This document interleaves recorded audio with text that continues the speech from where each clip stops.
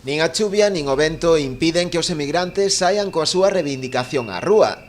Levan dende hai máis de 6 anos con esta loita contra o goberno central para que se modifique o criterio fiscal para equiparar as súas obrigas a de calquera traballador que cotizara en España. Pouco a pouco vamos recabando apoios por todas as forzas políticas a ver si forman goberno e gobernan dunha vez e gobernan ben, porque a esta xente xa van alá, fixo no mes de setembro 6 anos e é hora de que teñan solución.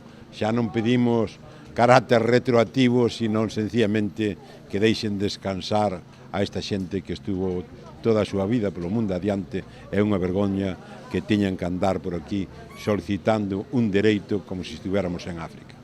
Dende a plataforma apuntan a que hai moita xente a que lle seguen a chegar notificacións de Facenda reclamando a tributación das súas pensións. Un problema que ten agora, segundo eles, difícil solución e non lle queda moito máis que o pago. Si, siguen chegando notificacións a xente que hai pouco que se retirou e que non declarou e siguen chegando aínda reclamacións e agora pois é un pouquiño, hai xente que é un pouquiño difícil porque deron tempo para poñerse ao día en todos e agora pois reclamanlle atrasos con intereses e con multas.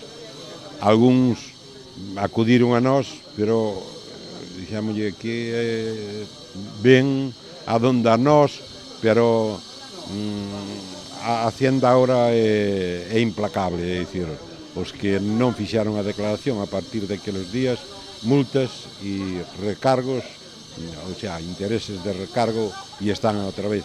Non se preocuparon por eles mentres estaban fora, pero como traen cartos, vanlle ao bolsillo.